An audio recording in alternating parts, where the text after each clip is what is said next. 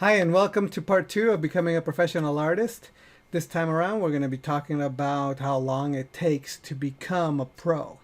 Hi, my name is Luis Escobar. I'm a storyboard artist on the Simpsons television show. I've been working on the show for over 20 years now. Um, yeah, I'm just going to go over through the history of how long it took me because that's what the questions were about specifically. If you don't know what these videos are about, I highly recommend you watch video one where I introduce as to why I'm answering these questions and what this is going to be all about. Once again, the audio is separate from the video. In other words, the audio was recorded separately. I just recorded it on my phone, which is why it's going to be a little bit different sounding. Uh, the video that you're going to be watching is of me trying to come up with a Patreon banner. My current, as of the time of this recording, the current Patreon banner is kind of not built for the new setup. So what I'm trying to do is I'm going to try to make a unique Patreon banner specifically just for Patreon. I wasn't quite sure what it is that I wanted. I just kind of had a vague idea. So you're going to see me playing around and brainstorming and moving things around. And is this going to work? Is this not going to work? I don't finish the banner at all. It's all preliminary roughs. So you're going to actually see my thinking when I come up with an idea. It may or may not fly, but this is the way I approach all my drawings. I search. So you're going to see me searching and playing and messing around. And it's a little bit sped up so that it could fit the audio. Let's get to the video and answering how long it takes to become a professional artist. Enjoy. All right, so next is artistic timeline. In regards to your first job, when you first started making money from your art, how long did it take you to get to that point from deciding to become a professional artist? What was the first job sale? How did it come about? What did it take to become a paid artist? What was it that resulted in success? Was it your portfolio? How much time did you invest in your portfolio? All right, that's a lot of questions. Actually, as I said, my first job, I already answered it, was straight out of high school. I graduated high school in '93, I don't know, July, I guess, or June, or I don't know when. Yeah, and yeah, it was in June because by July I was already at a studio. The way that it happened was that I used to go again to an animation program out in a different high school that was run by a man named Dave Master. The place was at the school was in Roland Heights. It was, I think, in fact, it was Roland Heights High School. They had an animation program there, and from that place came they actually hired people from that place. And the students there were a mix of high school students and regular just adults.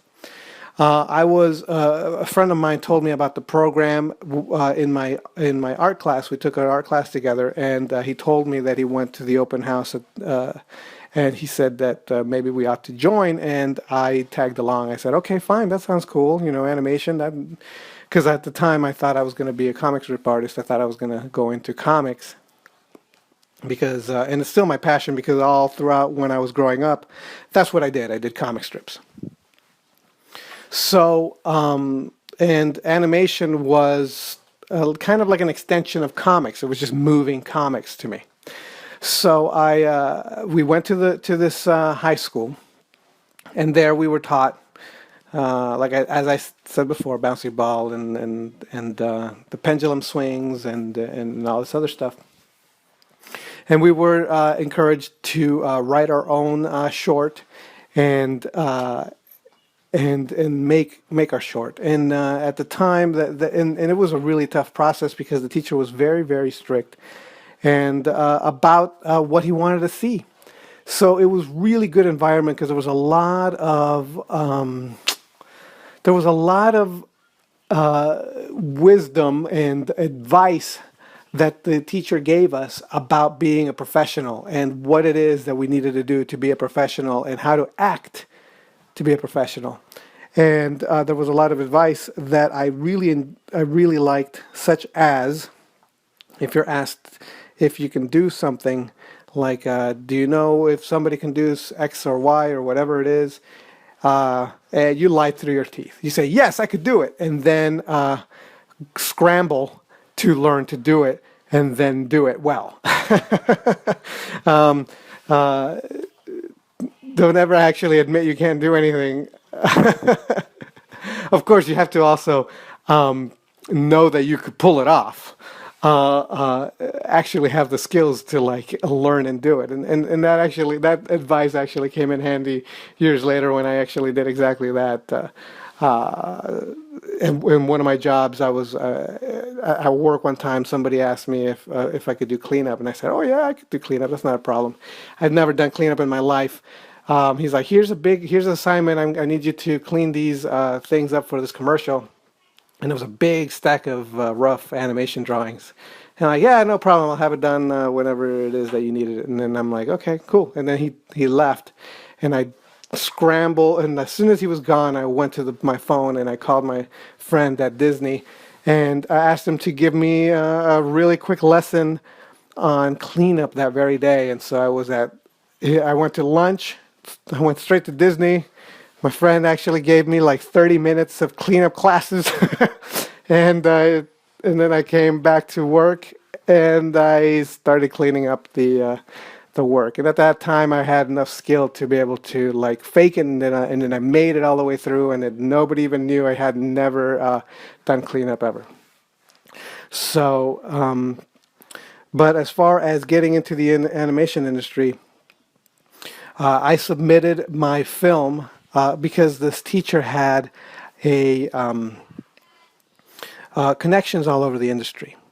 And before me, there had already been a precedent from this school. There was a young man who became an animator there. And he was working under Andreas Deja. And there was another, and then he later on became an Imagineer. He went into Disney Imagineering. While there was another boy who was a junior in high school who got an internship on The Simpsons, and then eventually got hired on The Simpsons while he was still a junior in high school.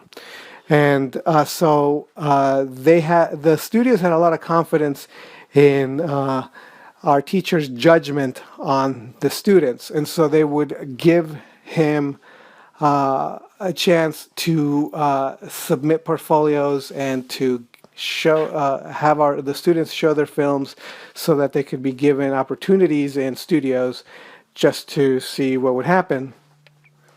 And I ended up being one of 3 high school students that got an internship on The Simpsons right out of high school. So when I graduated, my internship began.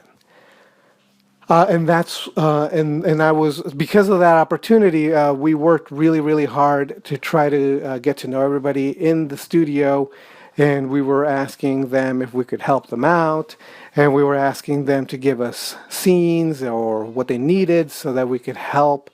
And that same junior high school kid who now was a senior and had graduated and was officially hired, since he was in the studio and he was friends with the other guy that I came in with, he introduced the other guy, my friend Chris, who is now a director, by the way, to one of the Simpsons directors, and encouraged that director to give him a scene to work on. And because he got one, I wanted one, and I kind of, stuck my nose in and asked for a scene as well. And really, I was not ready for it. But they gave me the scenes anyway, just to try me out, and I did my best. So that's kind of how it happened. However, so here's the thing. So 3 months was how long our internship was going to last, and then after 3 months they would either hire us or we would have to move on and figure out what the heck to do. I did not want to figure out what the heck to do. I wanted to get hired. So we worked our butts off trying to make sure and to prove that we can do the work. Well, my friend was and is one of just naturally one of those guys who has an affinity to this stuff, which is fine, and that's okay, and those people exist, and it's okay, but that's not the norm at all. In fact, I have a feeling that at some point he's going to really stagnate compared to everybody else because he's never had to actually practice. And because those people, because they don't actually have to practice, they get left behind by the people who never had that natural affinity to begin with. And oftentimes they're left behind because they don't get better. So he ended up getting hired. But they pity hired me after that. I was nowhere near as good as he was. And by the time the season had ended, it absolutely was apparent that I was not at the caliber that he was. I was the first artist to be let go when hiatus came along, which is the break between seasons. And they had no intention of hiring me back. Now, you asked about portfolios. I had a portfolio. I had already set up a portfolio before I got hired. I had it. It was full of figure drawings. And my film was in the portfolio. So what happened was that because I knew that I wasn't good enough and I wasn't going to get hired back, I spent the rest of my hiatus going and sneaking into figure drawing classes. At the time, there weren't enough places in town that I could go figure drawing. Heart Center had, at that time, they had figure drawing classes on the weekends. And it wasn't classes, they were just workshops. So a lot of us at Roland knew this, and so what we would do was we would go on the weekends into Art Center, and we would sneak into these workshops and figure draw. And it was only for the students, but nobody was at the time keeping track of who was a student and who wasn't. We basically made it so that Art Center now is very strict about who gets into those workshops because we got caught. Eventually, too many of us got caught doing that. But while I was doing that, I went to figure drawing, the zoo, and sketching and practicing. And by practicing, I just mean going out and sketching, and figure drawing. There wasn't really a whole lot. I just didn't know how to practice. Hold on. There's somebody at the door. Okay, so where was I? Sneaking into Art Center. All right, so when I found out that the show was coming back from hiatus and had already started the new season, I went back and I actually submitted my portfolio as if I've never worked there. And by doing so, they were able to see for the first time my portfolio. They also asked me, and the producer and one of the directors that I worked with were the people that looked at my portfolio. And when they saw my portfolio and saw what I had been doing and improvement, they gave me a second chance. They asked me, "Is this your stuff?" I said, "Yeah." And then they're like, "Okay." So they gave me another chance, and that's how I ended up getting rehired on the show. And that's how, and then I've been there pretty much ever since, except for the one time I got laid off for a whole year, but that's another story. But yeah, that was the process for me to get in. Is this the process that's going to help you get in? Absolutely not. It's not going to help you at all because it was a very unique situation that I was in. Right now, the common advice, the common consensus to try to get into an animation job of any kind is to do the job that you want to be paid for long before you get paid for it, and be good at it, and that's it. So Again, you want to be a character designer, design characters all day long and be really, really good at it and put it online and show that you could do it. If you want to be an animator, animate shorts. Just do shorts and put it online. You want to be concept artist, do concept art all the time, put it online. That's it. That's how you get hired now. You do it. You do it until somebody notices how awesome you are. Okay, so I think I answered most of the other questions. How did you get your current job? What pathway did you take to become a full-time artist? Well, I already answered that. How long did it take to finally become a full-time artist?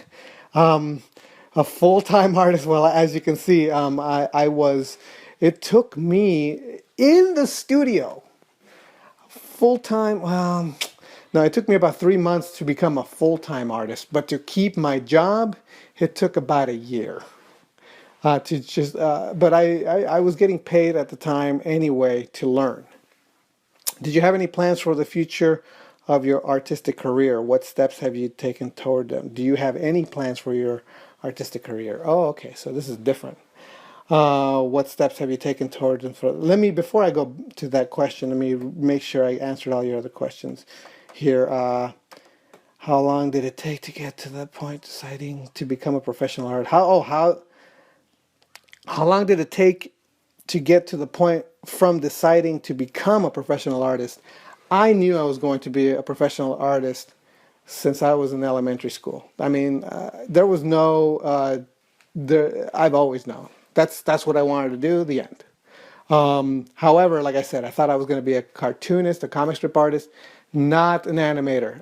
It took me all of about a month being at Roland Animation to realize that I wanted to become an animator. So I went from being a cartoonist to becoming an animator and became pretty obsessed with becoming an animator after that. Yeah. What was your first job sale? How did it become? What did it take to become a paid artist? Okay, so I already answered all that other stuff. Okay, so do you have any plans for the future of your artistic career? What steps have you taken toward them? Okay, so I do have plans for my artistic career. My plans really are to be independent. And that may sound really strange, but the truth is that when you get into the animation industry and it's fun and it's great and it's worth being in, especially if you're on a fun show, etc. However, there is a wage ceiling. There is a point where there's only so far that you can go as far as how much money you're going to make, because you're just a cog in a big machine. Also, you're at the whim of a studio. Whenever the studio decides it doesn't need artists, bye. You're gone. So it's really it's kind of a nomadic existence. Because of the show I'm in on The Simpsons, I haven't had to be as much of a nomad at all. It's an anomaly, The show just keeps going on and on, so I've never really had to go from studio to studio to studio, like a lot of the people that I know have. But I know that it happens a lot, and there's a lot of times where you're just not able to find work because there's not enough work to go around.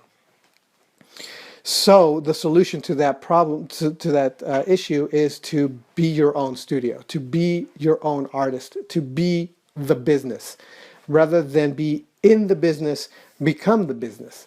So all that I do with my Drawfu website, with my blog, with my Patreon, is what I'm doing is I'm trying to become independent. I'm trying to become my own boss, so that if I need $1,000 this month, I could create a product and sell it and make the $1,000 at will. When you become good at business, you can basically will money to occur. You can create money. You don't have to earn it. You can create it. And that's kind of what I'm trying to get to. So those are my goals. I'm trying to just become independent so I don't have to rely on the studio's whims to make a living. I'd rather be able to take care of my family on my own through my own endeavors than to have to be at the will of any studio. Not that the studios are bad or evil or it's not fun or whatever it is, but I just want more security. Ironically, I want more security, and the only way to get that security is to not be a studio artist. And it's a very strange, paradoxical thing to say, but that's the way I see things now. Okay, so I think that answers your questions for this chunk. All right, so I'll get to the other questions next. If you found this video valuable, I would like to encourage you to return value for value by becoming one of my patrons over on Patreon. Not only will you encourage me to continue making informative videos that are useful to you, but you get extra perks too. For only a small investment of $1 a month, you can get all new videos I create months before anyone else gets to see it. Also, if you have any questions you'd like me to answer as a patron, you get priority and I answer your questions first. On top of that, when you're a patron at any level, you become part of a raffle where I send original art via mail to the winner of that month. The higher your tier, the better your opportunity to win. Higher tier patrons also get access to any art I do in high-res JPEGs and also full access to PSD files to any work I do, including the PSD files of these videos. Currently, there's a huge backlog of downloadable files you can get, so right away you're going to get quite a lot of bang for your buck. And the more patrons I get, the better these videos will get. The more content I can produce. In other words, the more you benefit. Please consider becoming a patron. Thanks. The link to my Patreon is on the screen and in the description of this video.